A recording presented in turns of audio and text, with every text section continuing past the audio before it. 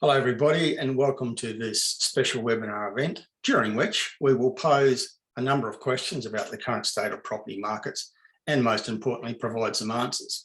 I'm Terry Ryder, founder of Hotspotting, and my special guest today is the legendary buyer's agent Rich Harvey from Propertybuyer.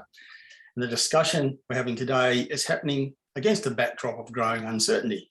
We're in the middle of a federal election campaign, always likely to create uncertainty. Interest rates apparently are set to rise and media is full of negativity and some, I think, quite ridiculous misinformation. At the same time, there are lots of Australians with more equity in their pockets than was the case a year ago, thanks to one of Australia's biggest ever property booms. So how best to use that equity? If you have the ability to spend up to $1 million, what should you do and where should you do it? And there's no one better to help us provide some answers than the multi-award-winning buyer's agent and advocate, Rich Harvey. Hi, Rich. Great to be on your webinar again, Terry, and sharing the stage with you. And you're an equally legendary, previous journalist and now hotspotter. So I think a lot of your reports are quoted, well into the media these days. Yeah. Well, I do try to sort of keep that media background on the quiet, because anyone who's sort of ever listened to me talk on one of these webinars will know that I'm not a huge fan of the way media these days reports the property market or property markets, and I'd like to really kick off our discussion with that, because there's a lot of quite negative media at the moment, generally on the lines that the rate of price growth is falling or prices are falling. They tend to generalise and talk about Australia as a segmental market, and we've had some questions come in from some of our registrants prior to today's event, and one from Suresh is quite a topical one, so let's deal with that. He asked the question, should we be investing at all when markets everywhere are cooling down? So let's deal with that, because I think you and I both know that that's not an accurate portrayal of what's happening in markets across Australia. Not at all. I mean, just like we always talk about, Terry, there's no one statistic or one figure that defines all markets. Every market is running their own race in its own lane. What's happening in Sydney is independent of what's happening in Melbourne or Adelaide or Perth or anywhere else in the country. And even within our major capital cities, there's huge variations within each market. And I think the media like to portray it as one market, and it's obviously not that. But to Suresh's question, should you be even investing in a cooling market? Well, to answer that question, I put my money where my mouth is, Terry, and I didn't tell you this off air, but I'm actually buying myself right now. I'm actually excited that the market is turning. And for me, there's less competition, there's less buyers out there. I like it because the prices are more negotiable. And even though we've had a massive boom, I know that there's a lot of fundamental factors that'll keep driving the market forward. So, and even if prices do dip a couple of percent, I know that I'm set for the longer term. So for me, if the market is turning, that's a good sign. It's a natural part of the property cycle. Yeah. And I think investors need to understand that it's not like a vending machine where you put in 500,000 and next year you spit out 600,000. You've got to hold your property and for a longer term, enjoy the ups and the downs. It's a cycle that we go through. What would you say to all of that, Terry? Yeah, well, firstly, I'd say that I'm like you. I'm actually in the process of buying again. And I did my last round of buying about 18 months ago because I could see what was coming, and I'm very glad I did. And I would say at that time, media was full of predictions that prices were going to drop 15, 20, even 30% in the wake of the impact of the GFC. Oh, sorry, no, that was the previous crisis, the coronavirus. And of course, we saw something very, very different, but we could see that the forces building. So I was keen to buy back then. And now, yes, I'm getting ready to buy a couple more. I've got my finances in order, etc., and ready to go. And I'm looking very actively in specific locations. But I think there's just too much generalisation in media and misrepresentation of the true situation based on short-term price data. I'd point out to people watching and listening today, right now is the 5th time since the beginning of last year that media has declared the end of the boom. The first time was actually February last year, February 2021, where there was a lot of media saying prices are going to fall, the boom is over. And that was based on 1 month's data from CoreLogic. And then the following month, the new data came out and it showed there was another big uplift. And so media was saying, oh, sorry, we got that wrong. The boom isn't over after all. Then in May, Last year, they did it again because 1 month's data from CoreLogic showed that the rate of price growth had dropped a little, apparently, only to be contradicted by the next set of data the following month. So we're going through that again. And while there is some indication from their figures that say Sydney and Melbourne might be closing down, I note that the figures for the same period from SQM Research, which is another reputable source of property data, shows the opposite. They actually show that prices in March in both Sydney and Melbourne actually rose a little bit. So you can't place too much emphasis on 1 month's data from one source. Exactly. And it's important to look at the long-term trends. I think also the problem with looking at data at the beginning of the year, Terry, is December and January is traditionally very quieter months where there's not as many sales and transactions. So a lot of the data is not as statistically significant as it needs to be to get those longer term trends. But, we do know definitely that the market is cooling in both Sydney and Melbourne. It hasn't cooled in a lot of the other areas nearly to the same degree. And we'll go through a whole range of areas throughout this whole webinar today, Terry. But I think maybe to one of the other questions that we were asked as well, like the topic of our conversation today is, where to invest for under $1 million. But before we get into the specific localities, maybe we should just discuss, should you buy one property for that $1 million? Should you buy 2 properties, Terry, or should you buy 3? Do you have a particular view around, if you had $1 million, how would you split up that amount of capital across the various properties? Well, I can tell you what I would do, but that's not necessarily the right answer for everybody. See, we often get, you and I often get asked questions to which the person asking the question thinks there is a right answer. There is no right answer. It depends on the individual. So the correct answer to that question depends on the individual, how old they are, how much they earn, what their strategy is, what they already own, all of that. Now, I personally, if I had the ability to spend $1 million right now, I'd rather turn that into at least 2 purchases because I like to spread my risk across more properties and more geographical locations. So I think geographical location is diversity is really important. So that's what I would do. But another individual with a different strategy and a different mindset might say, no, I'd rather buy one property, and one really good property in a great area for that amount of money. And you probably get that kind of differences amongst your clients as well. Yeah, so I mean, for me, Terry, I'm different to you. It's good we're having this discussion, but for me, it depends what stage of the property journey you're on and how big your portfolio is too. So for me, it's not about quantity now, it's about quality. So for me, I would buy one property in a really good location, and I'm chasing always the best combination of growth and yield.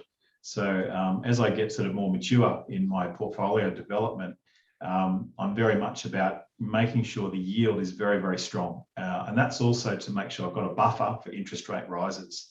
So yeah, I mean, someone's just asked me, where am I buying? I'm buying in Brisbane, Newcastle and Central Coast at the moment, all 3 areas. I'm buying multiple properties at very different price points. So just back to, what I do is not a one size fits all for the viewers out there. For you as an individual, if you're on say 60K income a year and you've got a good deposit, you want to make sure you get a property that's going to be potentially positively cash flowed.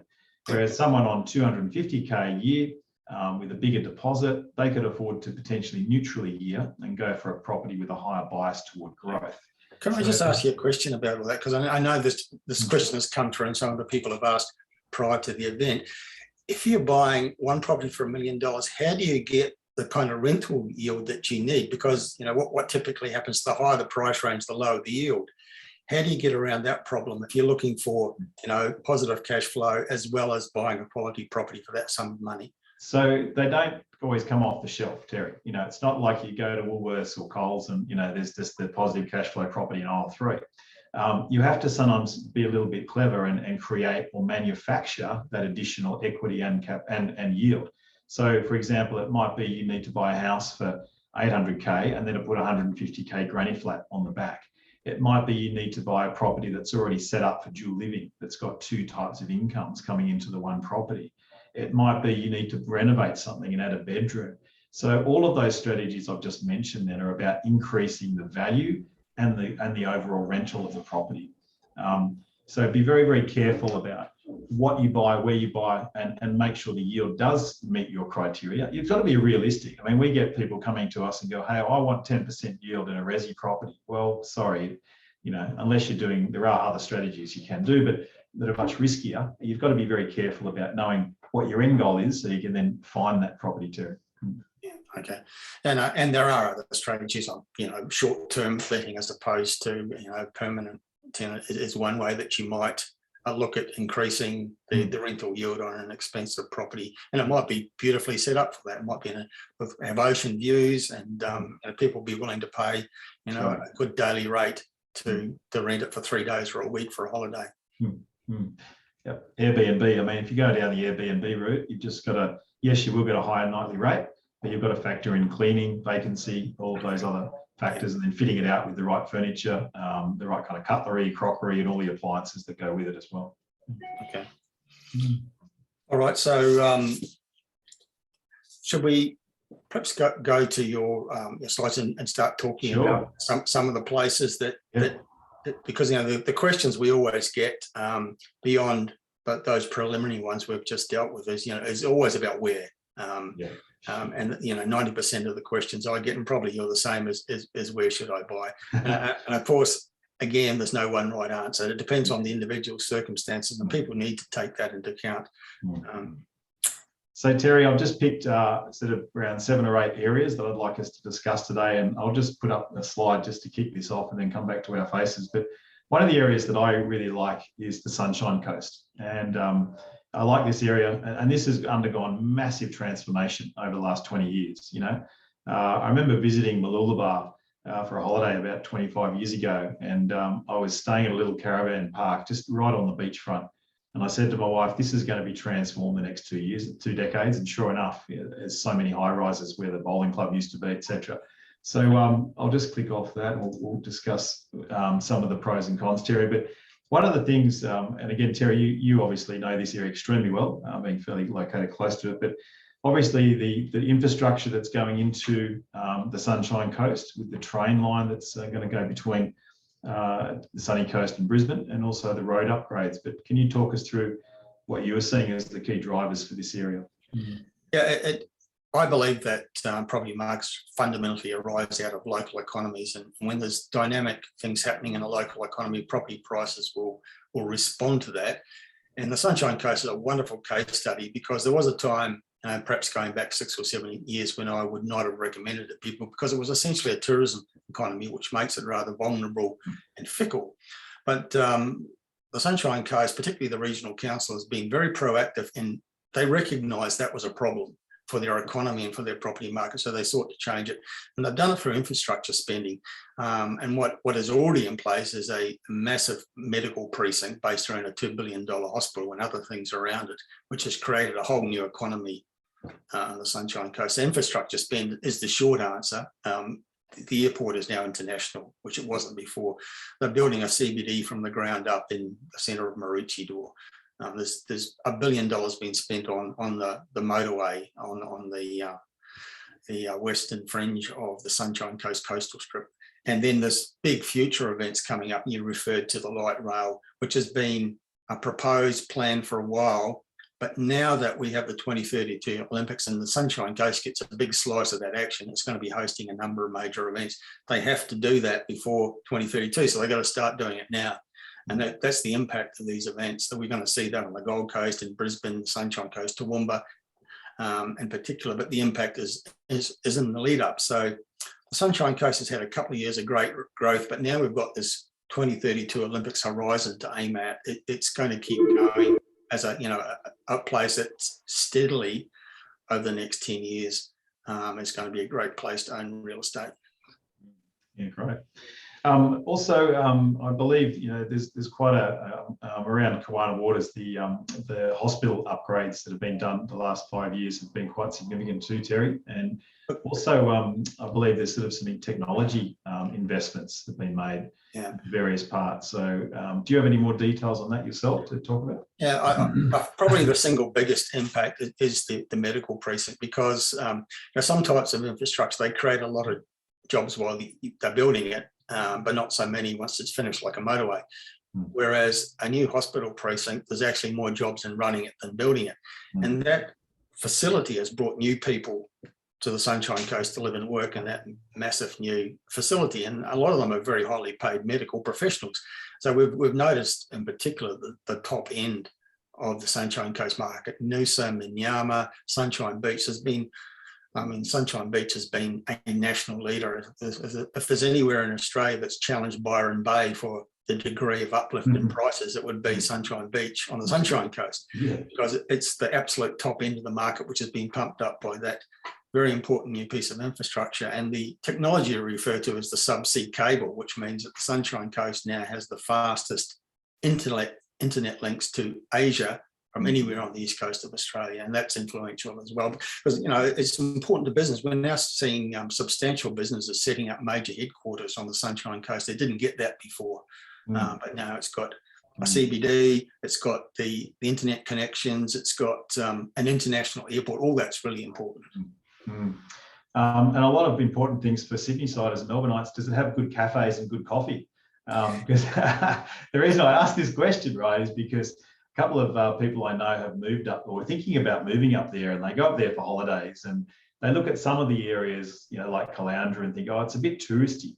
But I said, look, if you want to travel and get more upmarket, just head up to Noosa and find some of the areas around there. So, I think there's different demographics, Terry. So how would you describe the different demographics of the Sunshine Coast? Well, certainly Noosa is the very upmarket end, and the neighbouring suburbs, Sunshine Beach and Sunrise Beach, that's the absolute top end, and there's no shortage of great places to eat in that precinct, as you may well know. But then you've got the opposite end of the Sunshine Coast strip, Caloundra. That's undergone a major gentrification process in the last 10 years. It used to be the daggy end.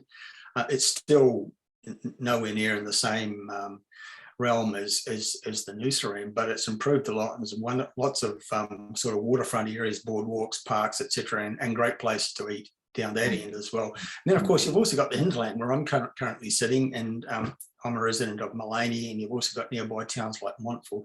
There's no shortage of great places to eat up here, plus wonderful sort of hill change type of lifestyle. So Sunshine Coast offers sea change and hill change in a very dynamic growth economy. So that there are all those options available. And we're seeing a lot of like Sydney people paying ridiculous prices for acreage properties with ocean views up here in the hinterland as well.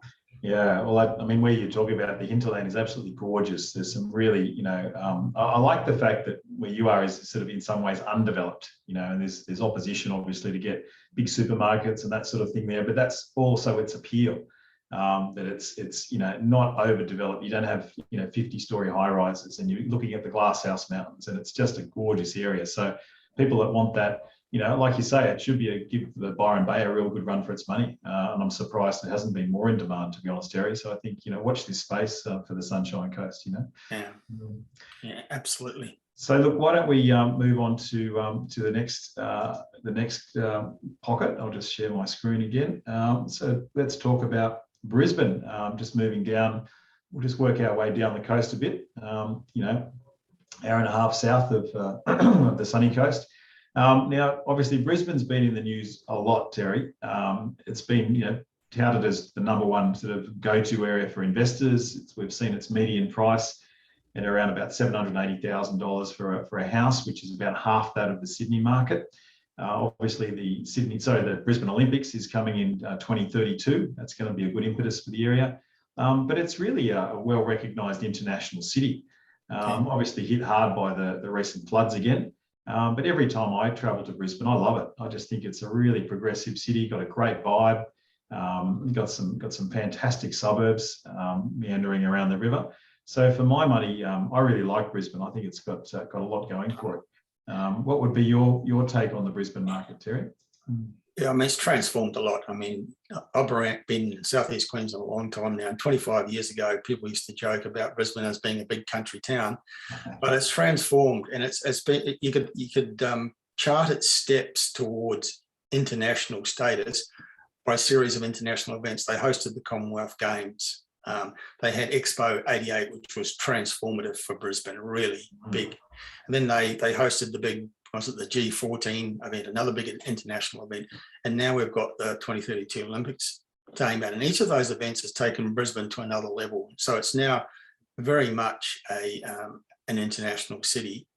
You mentioned, if I just jump in there, I remember the '88 World Expo. I was doing my economics degree then, and I remember travelling up with a bunch of my mates, and we stayed at, I think it was Currabee. You know, we were poor uni students at the time when we'd catch the train every day to the expo, but it was so much fun. And you know, mobile phones, the internet hadn't been invented then, but they had this stand there where you could talk to your neighbour on a video conferencing phone. Wow, how amazing would that be, right? And here we are doing Zoom calls every second minute now, right? So well, it does come true, right? Well, that's right. But it was an incredibly important event for Brisbane, and there's now more to come. Look, Brisbane for the last 10 years has done very little in price growth. The next 10 years are going to be very different. It's 1 year into a growth cycle. It started out half the price of Sydney, as you pointed out. I think maybe its natural place is 3/4 the price of Sydney. So there's plenty of scope for Brisbane to rise. It's rising for a number of reasons, including you know, the population trends very much. The exodus to affordable lifestyle isn't just to the regions, it's to the smaller cities. There's a big infrastructure spend happening in Brisbane now, which was previously absent when Sydney, Melbourne had that big boom from, say, 2013 to 17. Brisbane didn't have that. And I think what the difference was, they were spending big on infrastructure and Brisbane wasn't, but it is now. And now that we've got the 2032 Olympics to aim at, Brisbane is going to have to get to really fast track the infrastructure that it's going to need. They're going to spend $1 billion on the Gabba. But it's not just what the government will spend on transport infrastructure and sports facilities. It's also that the tourism sector is going to be building new hotels or upgrading existing ones. Tourist facilities will be establishing. There's going to be a lot of focus on Brisbane now in the lead up, and there's a big impact there.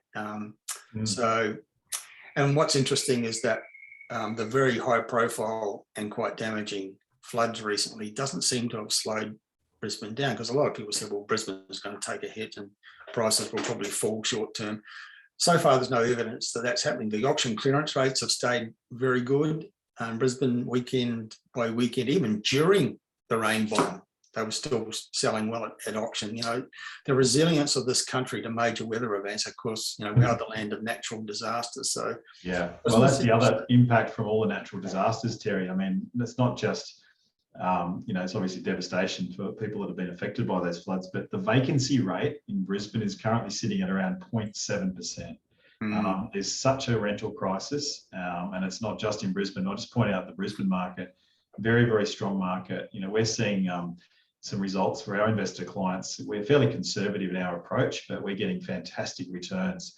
And we don't see that changing anytime soon. Even if a whole stack of new developments were to come online, the absorption rate will be you know, quite strong. So I think, you know, it's a great opportunity to get higher yields in Brisbane and also short, medium and long-term growth in the Brisbane market. As you point out, it's 1 year into a 10-year cycle. I totally agree with that sentiment, that Brisbane's got a lot going for it. And yeah, a lot of, look, I've got friends and other family that live up there, and they love it. You know, I mean, you can buy, for what you can get for $2 million in Sydney or Melbourne, you can get something absolutely fantastic in Brisbane, and be, you know, just a couple of clicks out from the CBD. So I think it's got a lot of opportunity going for it. And still, there are parts of the Brisbane metropolitan area where you can buy houses in the 300,000s. They're becoming harder to find, of course, but you know, you can't do that or anything remotely like it anymore in Melbourne or Sydney, but there are options for that. So there's something for everybody. Down those lower price ranges with the higher rental yields are on offer. You've got great middle market areas, and then you, as you pointed out, at the top end of the market, what you get and what you would pay for the same thing in Sydney is great value. And Terry, what about units versus houses? I mean, for a long time there, a lot of people unfortunately got stung by the spruikers in Brisbane, who ended up buying overpriced apartments, particularly in sort of middle suburbs and some of the inner city suburbs. We've had, you know, people contact us and they said, oh, I spent, you know, 330,000 on a 1-bedroom unit near the city, and it's probably only worth 350. It's probably only gone up 20 grand in 10 years. Do you have a particular view on units in the city versus buying houses in the middle ring or outer suburbs of Brisbane? I mean, you're right, because it's all about oversupply. The developers find it very hard to get the balance right, and they built too many, and that took a few years for Brisbane to absorb all that. It's done that now, so now we're seeing vacancies low, even in those inner city areas, and prices starting to rise again. It's always a risk when you're buying in inner city apartment markets, but what I think is a general statement that we're going to see increasingly in Australia is a re-rating of apartments for affordability reasons. The gap between the prices for typical houses and typical apartments has grown in this latest cycle, and for a lot of people, apartments become a better option because they can afford it, or they can, for the same money, get a better location. And then you've got new markets that become very important, like the downsizing market. For the typical downsizer, they just want to get rid of the green bits and the stairs, and a good quality apartment is a good answer to that question. So it's going to become more and more viable for people, I think.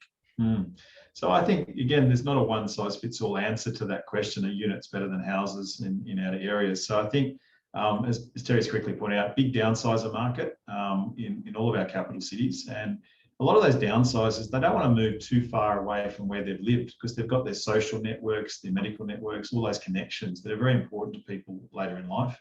So I think those kind of boutique types of apartments will do quite well. Same with townhouses too. But having said that, I'm also a big believer in getting a reasonable amount of land content in your property. What I don't like to buy is a house and land package in the far-flung outskirts, where there's another 15 paddocks ready to be redeveloped next to it, where there's just going to be oversupply. So you could look at the outskirts like the Ripley Valley, for example, Terry, where there's going to be a lot of new development going in that area. So I'd be very cautious about buying, a house and land on 250 square metres of postage stamp size blocks out there. So again, it's about knowing your local market and what investors and what home buyers will want to buy in the future. So my advice to investors is think about a long-term exit strategy. If you ever needed to sell your property, is it only going to suit another investor, or will it suit potentially a home buyer as well? And you can widen your market in who that property can be sold for. Yeah.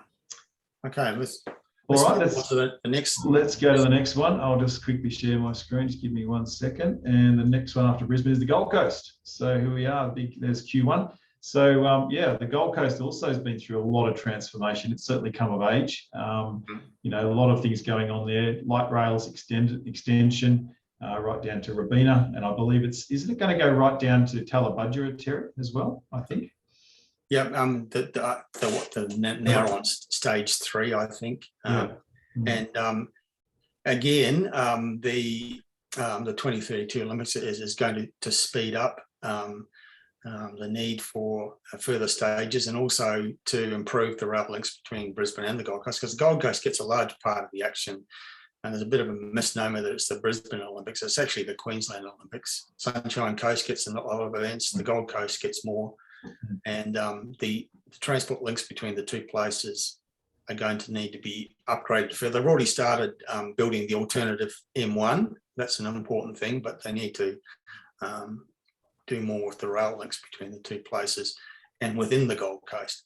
What's remarkable about the Gold Coast is that, those predictions about March 2020, when we became aware of COVID-19 and economists were saying prices are going to crash, and we saw something different. Well, logically, from an economist viewpoint, the Gold Coast should have crashed, because its local economy was massively disrupted by the closure of international borders as well as state borders. In actual fact, it's had a property boom, and it's been primarily, I guess, Sydney and Melbourne people in lockdown, sick to death of that, and so they're buying on the Gold Coast, and expats coming back to Australia to escape COVID hotspots in Europe and elsewhere, buying on the Gold Coast. Well, the numbers of that, Terry, I believe it was around 30,000 over the last 2 years. 15,000 people a year from Sydney, Melbourne, and other areas have moved to southeast Queensland, including Gold Coast, Brisbane, and Sunny Coast. So it's very significant numbers. High levels of interstate migration have really flooded that market.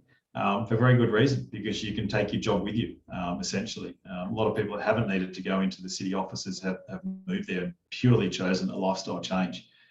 We've seen a number of our clients decide to do that and take the leap and move there. And there's certainly no regrets moving there.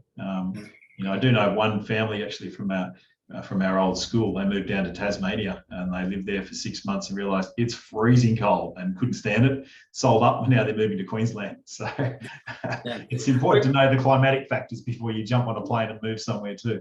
I'm interested to get your views about the Gold Coast. I've always been kind of reluctant to recommend the Gold Coast because it's so frequently gone through boom and bust cycles, building mega high rise which have flooded the market. But we have recently, in this latest manifestation of the COVID inspired boom, apartment prices have risen a lot on the Gold Coast, as well as house and land prices. So what do you kind of recommend to your customers? So I used to be a lot more cautious about the Gold Coast. So I'm not very big on apartments unless they're in absolutely prime locations like Burleigh Heads or in Miami Beach or Mermaid, or some of the more attractive areas. I mean, South Broadbeach, in some of those areas, Surfers Paradise, there's been just an oversupply of apartments, as you talk about, because you've got Tom Tate, a pro development mayor, who's just rubber stamping pretty much most developments that go through. So there is a risk of, if you buy apartments on that sort of major sort of tourism strip, that you see your values could be badly affected. So you've got to be very careful about buying apartments. They can still do well. But also equally, townhouses and houses have performed exceptionally well in the last couple of years, and I think will continue to perform well. You do need to pick the right locations. Like the Gold Coast, large areas are built on a natural floodplain, so you do need to be very careful to make sure you're not buying in a flood prone area or flood zone. But equally, some of the areas just out of the Gold Coast, like Tallabudgera, Talai, and Mudgee Bar, for example, but you get that sort of rural lifestyle where you're 20 or 25 minutes from the hustle and bustle of the Gold Coast. A little bit further south, Tallabudgera, the valley, beautiful area, a bit like where you are, Terry, in the Sunshine Coast, with similar kind of attributes. So in my view, I think it will continue to perform well. Areas like Kira, just near the airport, near Coolangatta, very, very popular. Really great surf break there. Really popular from people from Sydney and Melbourne. So I think those areas will continue to bode well. I don't see any sort of stopping of the flood of investors and lifestyle chasers going to those areas. Okay. All right. All right. What have we got next? Let me just, I'll share my screen again, and we'll go to this one. After the Gold Coast, let's head down further south to Newcastle, one of the powerhouse economies of New South Wales. And actually, Terry, again, a lot of interest in Newcastle. Similar thing. It's only an hour and a half north of Sydney. A lot of home buyers and frustrated home buyers have moved to Newcastle and absolutely loved it. That image there of Bar Beach, just down from Merewether Beach, really hustling, bustling city. Again, a lot of transformation all around the Honeysuckle Wharf area. It's sort of like a Soho area of Newcastle, very, very popular. We think it's got some really good legs. Again, we think it's not going to slow down. It will slow down a bit, but not as much as what the Sydney and Melbourne markets will do. So a lot of big drivers. The Hunter Expressway, now you can be in the Hunter Valley in about 35, 40 minutes using that expressway. A lot of the suburbs have gentrified very strongly. So yeah, we really love it. What are your thoughts on Newcastle, Terry? Yeah, I mean, firstly, it's a great example of a transformative economy. And we've seen other examples like Wollongong and Geelong, where they've transitioned very successfully from the old economy, the smokestack type economy, to the modern economy, and become stronger for it, against all those media predictions that it was the end of those places because the car plant closed down on the coast of Newcastle. The old thing was the BHP facility back in the 90s. It's now one of the strongest economies in the country, very well-rounded, very diverse. It's a bigger city than many of our state and territory capital cities. And when I think of Newcastle, I extend it out into the Hunter region because there's affordable and different lifestyle alternatives there, and also out to places like Port Stephens, which I think is a lovely area. And, it's got close links to Newcastle. And I think it's a very underrated sort of sea change area as well. So there's a lot of options in the Newcastle area, something for everyone. If you can't afford the top end, there's also always more affordable alternatives in and around Newcastle. Yeah, some of the, and look, we've had investors also buy apartments in places like Crooks Hill, and they've done very well. What we've done there, where we've hand selected some newer apartments, and we've been able to get in early on the ground, and we've seen price rises of 30% in 1 year in some of those areas, just because they're so well located and well designed. The other thing about Newcastle, which is a potential big uplift, is the Defence Force putting their submarine program into Newcastle. That still hasn't been decided, but it's certainly very much on the shortlist as a location, which would be amazing. And as you say, Terry, it's got a very diverse economy. It's transitioned away from the BHP steel mill to a whole raft of different factors that are driving its local market. The other thing that's just slightly south of Port Macquarie of Newcastle is Lake Macquarie. So areas around Warners Bay and all the areas around there, very attractive. I know quite a number of people who've got like a holiday home and other investment properties in those locations. And some people even commute from those areas because it's only like about an hour and a bit each way, and they're happy to commute, and they don't need to do it every day now. They're only doing it 2 or 3 days a week. So they can have their little, small little sailing boat on the Lake Macquarie area and do their weekend sailing and enjoy, looking out over the water as they do their daily work. So highly attractive area, and obviously a lot more affordable than buying on waterways in Sydney. Yeah, absolutely. So that's that area. We'll come back and look. There's a lot more we can talk about Newcastle, but we'll come back to it another. We could devote a whole 1 hour session to exactly, or to any of these locations, in fact. But that's right.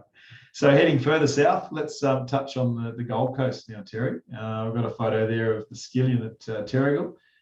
Beautiful outlook, and then further south down to Avoca Beach. But Terry, what's your take on the Central Coast? Look, it's a shining example of what I regard as the most influential trend impacting Australian real estate nationwide so far in the 21st century, and that's what I call the exodus to affordable lifestyle. And there's one of the things that's been misrepresented in the media is they misrepresented this trend as a response to COVID. But of course, it's been happening for much longer than that. Particularly Sydney has been losing population of people moving to places like the Central Coast and elsewhere for 10 years, and Melbourne for particularly the last 5 years. So the Central Coast is just perfectly placed to capture that trend because, some people in their statistics regard it as part of the Sydney metropolitan area, whereas I regard it as regional, just outside of Sydney, but it doesn't really matter. It's this wonderful water-based series of towns and suburbs, different price ranges ranging from quite cheap right up to way beyond $1 million. So you've got something for everybody. People can live there and commute, or commute part of the week back to Sydney if they need to. There's 3 standout locations that have had extraordinary price growth as a result of this trend around the country: the Mornington Peninsula, south of Melbourne, Central Coast outside Sydney, and the Sunshine Coast that we've just talked about. So there's still more growth to come because despite the growth it's had, it's still, many parts of it are still very cheap compared to, say, the northern beaches of Sydney, for example.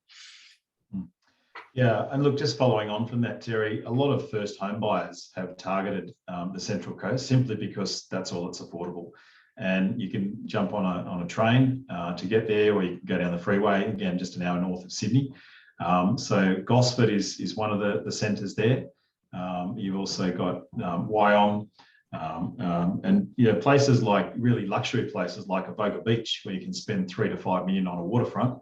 And then you've got much more affordable areas like Narara, or Wyoming or Blue Haven. So there's a wide range of suburbs and price points. And as you talk about, there's beautiful waterways right throughout the Central Coast. So you can be, near Copacabana, Avoca, McMaster's, some gorgeous beaches, Wamberal. And you've also got all the inland waterways around the entrance as well. So we think it's, again, I agree. It's highly attractive landscape, highly attractive lifestyle. So I think there's no reason to think the trend will drop off. In fact, I think it will continue to accelerate. So you'll probably see a slight slowdown in demand following Sydney, and a more sort of slight moderation in prices. But again, it'll resume its cycle once again. So it's an area that I'm actively looking to invest in myself. Yeah, I think it's got a lot going for it. Indeed. The thing I'd just say as I guess a warning is, just the demographics, or just to be cautious. Certainly there's pockets of housing commission and different kinds of demographics. There's quite a lot of heavy or light industrial areas around there. So just make sure you're picking the right suburb and the right streets within that suburb. So you do need to either get to know local agents and be up there every weekend searching, or again, using someone like ourselves who knows that market, and we've got a local expert on the ground who's searching in those areas to give you the right advice. Yeah, definitely. Yeah. All right, so we'll go back to our share screen, Central Coast, and then we're into Sydney. So for $1 million in Sydney, Terry, unfortunately, it doesn't buy you what it used to buy. So you talk about the northern beaches of Sydney, and really your entry price is the early 2 millions, really 2.5 is probably your entry price. But for $1 million, and if you're an investor, we still can't go past Western Sydney. The second Sydney airport, huge, massive piece of infrastructure, and that should be coming online around 2024, 2025, depending on how we go. And then all the spin-off suburbs around there, Austral, Leppington, heading further up to Glenmore Park, Penrith. Where else have we got? There's a whole range of areas there. So west of Parramatta to the airport, great opportunities. One of the things we like to buy, again, we don't buy apartments in those areas. We always buy houses for our investors, and we've been highly successful in buying established properties and then adding a granny flat, and that's what really bumps the yield up. I remember, maybe 10 years ago, Terry, we were buying in certain areas and getting 9 to 10% yields when we added the granny flat. It was unbelievable. So, if you're doing the house and granny now, your house, you'll probably get around 3.5% as a yield. But you put the flat on and you should get it close to around a 5% yield. So again, really solid investment. And we think that will continue to grow in value for the longer term. But what's your thoughts about the Western Sydney market, Terry? Well, I think it is the place to be if you're investing in Sydney. We're a huge believer in the impact of a big infrastructure spend. We've seen it happen in so many places around the country. There are other parts of the Sydney metropolitan area where there's infrastructure happening, but Western Sydney is infrastructure central. It's not just the new airport. There's a whole lot more happening. The state government's investing massively in sort of core suburbs like Blacktown itself, like Mount Druitt. Penrith is attracting a lot of investment. Liverpool is a middle sort of outer ring CBD in its own right. All these places stand to get some benefit from that airport and the transport connections that will go with it. There's a whole lot more happening as well. And the biggest thing for me about the airport isn't the fact that planes are going to be landing there. It's the commercial and industrial employment zone that springs up around it, because that's all major airports have that. And so it's a huge employment zone. People want to live close to where they work, where they can buy affordably. So in Sydney terms, Western Sydney offers all that. The aeronautic centre, you talk about logistics, industrial property is going through the roof. It's very difficult to buy good quality commercial property in those areas. But as you say, the whole aeronautical area with all of those factories and technology centres that will be out there is going to be a huge employer of people. If you look at, say, Westmead, the Westmead precinct, Terry, there's around 50,000 medical jobs that will be created in that area alone. And that's just near Parramatta. But further west, I haven't got the figures at my fingertips, but hundreds of thousands of jobs will be created and spin off from this second Sydney airport. So as you say, where do those people want to live and work? Well, they don't want to live too far away. So there will be a high demand for good quality properties in that location. So I think investors can be very safe and secure. If they were to buy there, they're going to do quite well over the long term. And there's still this persistent myth that everyone works in the CBD, even pre-COVID. That wasn't the case. My numbers suggest that in both Sydney and Melbourne, maybe 20% of the jobs are in the CBD. That was pre-COVID.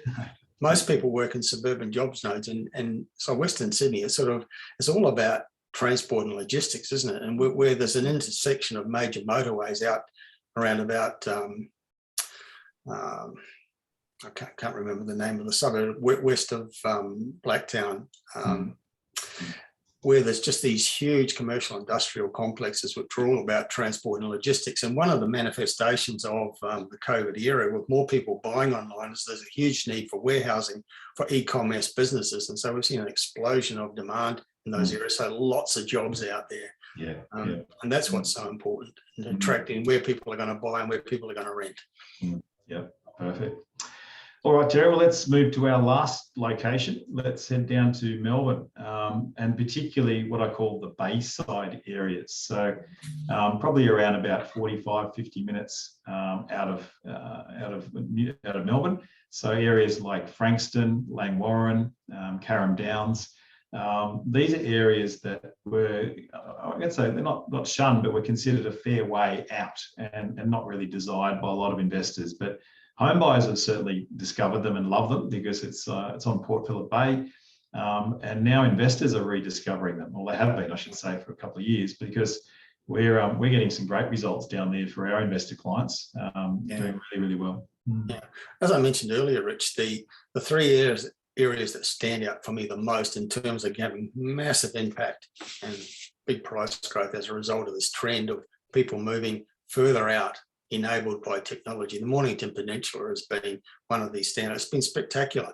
And the question is, where does it start and end? Because there's not a red line anywhere down there telling you where. No, Frankston is right on the fringe of that. And so it's getting a lot of that sort of demand as well. And we've seen, I just did some figures a little bit early this morning. Frankston, which median price has risen 20%. Frankston North, which is the cheapest part of the market, is up almost 30%. And Frankston South, which is now a median price above $1 million, it's risen 27%. And then you've got places like Seaford and Langwarrin. So there's lots of possibilities there. And what median price are we talking about, Terry? Are we talking under $1 million, or where are we talking there? Well, Langwarrin is 780,000 median house price now. Seaford's a bit above 800,000. Frankston itself around 700,000, but Frankston North, which is the more down market part of that market, 570. So it's actually one of probably the cheapest place to buy in that part of the Melbourne metropolitan area. Still pretty good value for money, and close to, I guess buyers don't tend to think too much of, as Melbourne is like a beach city, but in actual fact, it's got a lot of very nice locations that are on the bay with nice beaches and that kind of lifestyle. And Frankston's got a lot more to offer as well. It's kind of like a little like a regional centre within the Melbourne metropolitan area. Yeah, it doesn't have beautiful peeling waves for surfers, but you can go kite surfing, you can go canoeing, you can go boating, you can go fishing. It really is a very attractive bay, all the same. And further down, as you say, the Mornington Peninsula, beautiful area, absolutely stunning. But yeah, you can just be, have a picnic at the beach there and still be not too far from the CBD. So yeah, we're getting sort of 3 and 4 bedroom houses for our investors down there. And the yields will pick up over time. They're not quite as strong as Brisbane at the moment in that location, but the capital growth absolutely is there. So it's very, very strong on the cards. And one of the things that will drive future growth is the upgrades to the transport links for people needing to head back to central Melbourne at some point. The motorways upgrade, they're spending $1 billion on the Monash Freeway, for example, which is part of the network. Big improvements to the rail links from the far southeast of the Melbourne metro area back to the central Melbourne as well. Yeah, great, perfect. Well, we've covered all the locations, and we've got quite a few questions that are coming. Should we perhaps touch on some of those? Let's just touch I think we've answered quite a few of the relevant questions. I'll just go back up to the top and see if we've got ones here. Someone's asked, what are the pros and cons of semi-detached duplex houses? Well, the first thing, one of the positives of a duplex is you're getting 2 incomes from the one property. Semi-detached, pretty similar. Again, it just comes down to where they're located and are they in demand in the local area. Some renters don't like having another renter right next door. but it comes down to a function of what the actual rent is. You know, people can only afford $450 a week. That's all they're going to get to be in that location. So I think there's more positives than negatives in that location. I think that's a very good point about location. A lot of these new duplex tend to be built in the sort of new development areas, which you referred earlier when we were talking about Brisbane, about the new development areas, as opposed to the more established suburbs. If these sorts of properties are in an established area rather than out on the fringes, they are a lot more viable, I think. Yeah, great. Someone's asked thoughts on Central West, Lithgow, Bathurst, Orange, Dubbo, etc. Wow, okay, well, we're not doing the whole of Australia, but any quick thoughts on, I guess, those areas, Terry? They've all got their merits. I've always been a big fan of Orange as a place to buy, and that market has certainly performed in the last few years. It's actually become quite expensive. I was very attracted to it when the median price was around 400,000, but now it's about 500,000. Great city, great lifestyle city. Bathurst, I like Dubbo. Dubbo's a wonderful regional city, strategically located, diverse economy, always seems to chug along, providing steady growth, and it provides affordability for people who maybe can't afford. We've talked about areas like the Central Coast, for example, where some people might not be able to afford that, but these places do provide affordable options with prospects. Yep, great. Perfect. Answered the housing one on cities. One here. What are your thoughts, views on differential land tax for investors from other states proposed by Queensland government in December? Also, how would it affect investors' sentiment? Well, essentially, land tax is charged at different rates for different states. There's a threshold. If you buy in your personal name, there's a threshold. If you buy in a company name, you may or may not get the threshold depending on which state it is. So for my view on that question, it's simply the cost of doing business. And I would look at diversifying your holdings across different states as you build your portfolio. One, not just because you minimize tax, but because you get exposure to different markets and different growth rates. So don't let tax be the primary driver of your decision, but make it a secondary decision to help optimize the efficiency of your investment.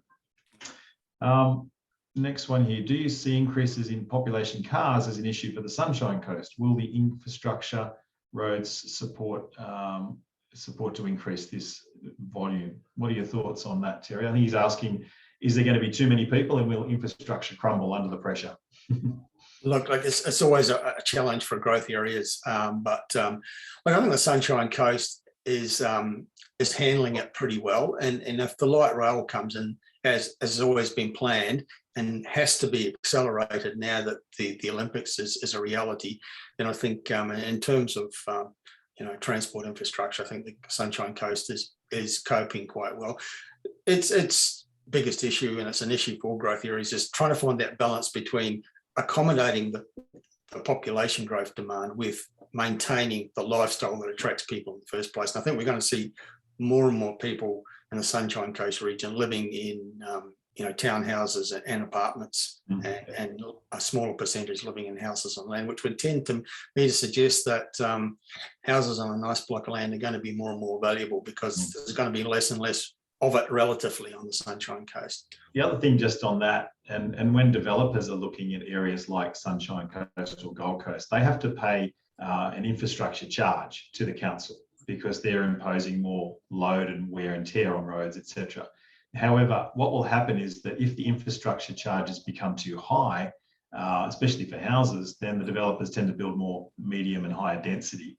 So as you say, Terry, there's an economics around the type of properties that will be built in these areas, and it'll be reflected in the infrastructure charges that are passed on to developers that are eventually passed on to the end consumer as well.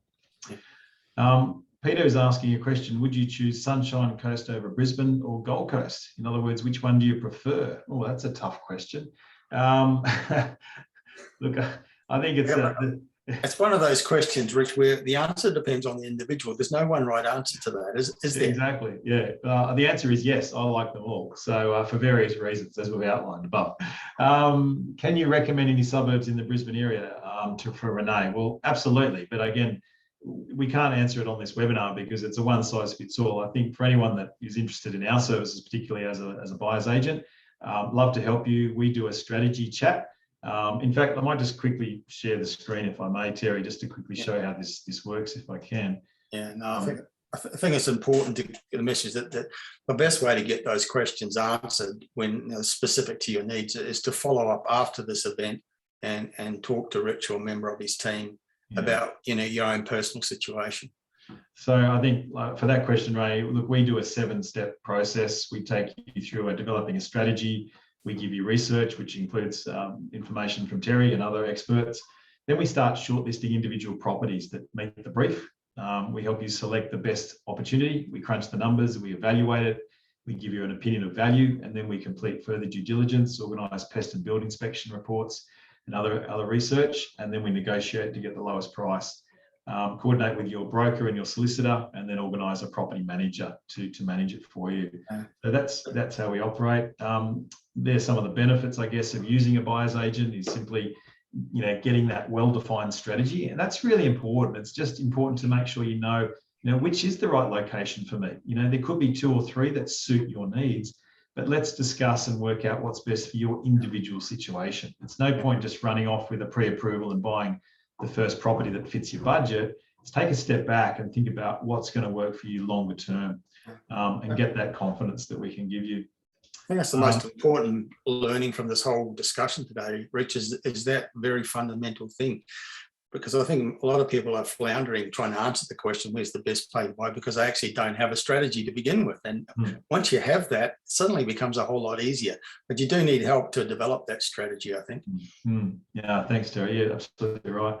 And we work on a fixed fee basis, sliding scale, roughly between 1.75 to 2%. We charge an upfront engagement fee of $3,000 to develop that strategy, and then we implement the strategy from there. So that's essentially how our business model works. So I'll just back to the questions again. Where was I up to? So thoughts on the Perth market. What are your thoughts very briefly on Perth? Look, I think it's an underrated market. I think it's a market that's on the rise. And I don't think that the numbers that are coming out from, say, CoreLogic actually depict what's really happening there. I think the Perth market is much stronger than the price growth numbers indicate when you talk to people at the coalface there. And I would make the point to people that quite often, I think there's too much emphasis on historical price data in media, and it doesn't necessarily inform the future. And you get a much better impression of what's going on by talking to buyers agents and valuers, people at the coalface of an industry. And when you do that in Perth, you find it's incredibly busy and competitive. It's now the most affordable capital city in Australia. It's actually cheaper than even Darwin or Adelaide. Hobart used to be the cheapest, but not anymore. Sales volume is rising a lot. Vacancies now very low, rents rising, economy is strong, and the borders finally are open. It's not just international borders impacting Western Australia, but the state borders are open as well. And that's one of the things that's been holding it back. So I think this year is going to be its strongest year for a very long time. I missed a question here. Could the panel give their opinion on the Upper North Shore, Wahroonga, Turramurra, St Ives, etc.? So I'll answer that one. Look, great areas to raise a family. It's a market that's very much driven by location and proximity to good schools. So you've got great schools like Knox, PLC, Ravenswood, all up that area. Very leafy, green suburbs, very well established, very premium properties. So yeah, look, in terms of whether I like it or not, absolutely love it. I grew up on the North Shore myself, so I know it very well, but I think it's got a lot of longevity, good legs. Another question, thoughts on North Brisbane versus South Brisbane? Okay, so Terry, there's quite a, again, different demographics between North and South Brisbane. In South Brisbane, certainly areas like Logan, it's a cheaper area, more lower socioeconomic demographic, blue collar workers. But there's also similar areas like that in the north. There's quite a mix. What's your view on north versus south of Brisbane? It's very generalised, but I suppose I would tend to favour north because I think there's more there. The north side of the river includes the international airport, includes the Brisbane seaport, and around that has sprung up the biggest employment zone in Brisbane, which is the Australian Trade Coast precinct. It includes the Redcliffe Peninsula, which is a very underrated but rising market. And there's a range of good suburbs at relatively affordable prices. There's a lot of good schools up in the north. There's, they exist in the south as well. But I think there's more action, more attractants, more generators of growth in those northern suburbs, and generally great value for money. I'd also point out there's also the East Brisbane areas as well. Manly, Wynnum, all of those kind of areas. Again, whether you get in for $1 million or not is a question mark, but there's certainly areas, just on the east parts of Brisbane, they're also equally just as good. And some of the suburbs just south of the river are also fantastic. So again, it's a case-by-case analysis. Yeah. Pros and cons, commercial versus residential for under $1 million. Well, just to answer that one briefly, I say to my clients, learn to walk before you run. I would advise getting 3 to 4 residential investment properties under your belt before you consider any commercial. And simply because of vacancy. If you had a commercial property and owned it during COVID, and then suddenly your tenant didn't have income and couldn't pay your rent, you could be stuck with a property for 12 months with no income. And there was obviously government mandates about not being able to remove and to vacate your tenants. So make sure you've got plenty of buffer before you go to commercial. Commercial investment's a great idea. We certainly do a lot of it for our clients, but just get some resi under your belt before you do that. Already mentioned Redcliffe. I really like the Redcliffe Peninsula too, Terry. I think it's a great spot. Let's have a look. I'll skip down on a couple here. This one here, it seems you're bullish on most areas. What will sustain demand at the prices we're seeing at the moment? Wage growth is stagnant, interstate migration, people returning home, interest rates on the move. Well, I guess from my perspective on that one, Terry, I think that overseas migration is yet to get back to its full levels. So, we were getting around 150 to 200,000 migrants a year coming into Australia, and we need to ramp up the numbers above 200,000 to get our economy really cranking, to fill all the job vacancies. Our unemployment rate is so low, it's unbelievable. So we really need to get migrants into this country and ramp up the skilled migration program. Yeah. Wages growth has been stagnant, but it is starting to rise. And also a lot of expats are still coming home. So I think there's a whole raft of reasons as to why we're going to see prices, but don't expect prices to boom again. So I think, Terry, we've had the boom. We're not going to have another boom like we've had last year for many years. Yeah. Except on specific locations. Again, we make the point it's not just one market in Australia. There are still some parts of Australia that are pumping strongly, but overall, I think this year the message is that you've got to be more selective. Last year it felt like you'd buy anywhere and get growth. This year it's, I note CoreLogic in a commentary piece this week noted that we've got a multi-speed market now. Well, that's the normal in Australia. That's what normally happens. But just the final point of that question from Thomas, I do think the impact of interest rates rising is hugely overrated in media. It's not going to have the major negative impact that people are suggesting. There's so many buffers in the system. Yeah. Even if interest rates do rise a couple of times, we've still got interest rates at levels which historically are incredibly low, much lower than the last time we had a property boom, which is 20 years ago, or in the late 80s when interest rates were in double digits. Yeah, that's right. I think with interest rate rises, I'm putting out a couple of blogs on that soon. And one of the messages in those blogs is simply, interest rates will rise and you have to build that into your cash flow calculations. So it's very important that you buy properties that have got good, consistent rental income. And I believe rents are going to rise. So be buying in areas where there's very low vacancy, where there is constriction on supply, where there won't be an area over-swamped with large-scale development that will saturate demand. So that's pretty much, I think, all we've got time for, Terry, unless you wanted to jump in with anything else in particular. Just to finish off that point, we have the worst rental shortage crisis in Australian history. I've never seen it like this. And what's significant to me, there's none of the major parties, we're in the middle of a federal election, none of them have got any policies to deal with it. It's going to get worse before it gets better. It is a great time to be a landlord, not such a great time to be someone as a tenant seeking somewhere affordable to rent. But we're going to see rents continuing to rise because this situation can't be fixed anytime soon. But we never have enough time to answer all the questions. We could probably devote the whole 1 hour to answering people's specific questions. But I think the message is, if you've got specific questions about real estate, about what you should do, follow up after we finish the broadcast today and contact Propertybuyer. Rich, if you could put those, there's the how you make contact to Rich and members of his team.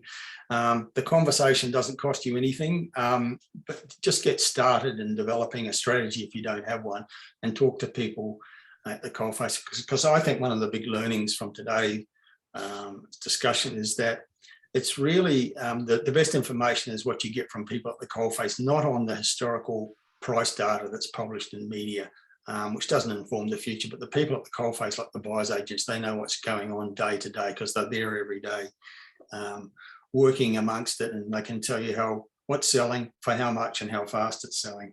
The other key messages that have come out for me, the take homes, are the importance of having a strategy. And if you don't really feel that you've got one that you're clear about, again, talk to an expert like Rich Harvey and develop one, because you've got to have that before you can make headway as property investors. And finally, don't base the decisions you make on media sound bites. Get real information. It's available. Thank you, Rich Harvey, I really enjoyed this format. Not so heavy with slides, but just two people with informed perspectives of markets having a discussion about different locations, not always agreeing. And that's important to note, because as we've said, there's not one right answer to any of these questions. Mm-hmm. Yeah, look, I appreciate your perspectives, Terry. And it's like anything, it's good to debate the pros and cons of various strategies and work. Property investing actually is a bit boring. Once you get on the treadmill, you've just got to let it do its work. But the heavy lifting is around the strategy part and getting the right location. And there could be several locations that work for a person's strategy, and it's just a matter of executing one. A lot of people procrastinate, keep putting it off. And the first thing you can do is get a finance pre-approval, work out what you can borrow, and then come and talk to us and work with experts. And don't try it all on your own. You've got to get a team around you, get the right advice. So, but Terry, look, just wanted to say thank you very much for the opportunity to present with you today. Always a pleasure. Love the discussion, and we encourage everyone on the webinar to share this with your friends and sign up for our respective newsletters as well. Yeah, okay. Thanks, Rich. It's been a great session. I've enjoyed it. Thanks, everyone, for your participation. And please do follow up and make contact with Propertybuyer if you've got further questions or issues you'd like to explore. Thanks, Rich. Let's do it again soon. Thanks again, Terry. Thank you. Okay, bye for now. Bye.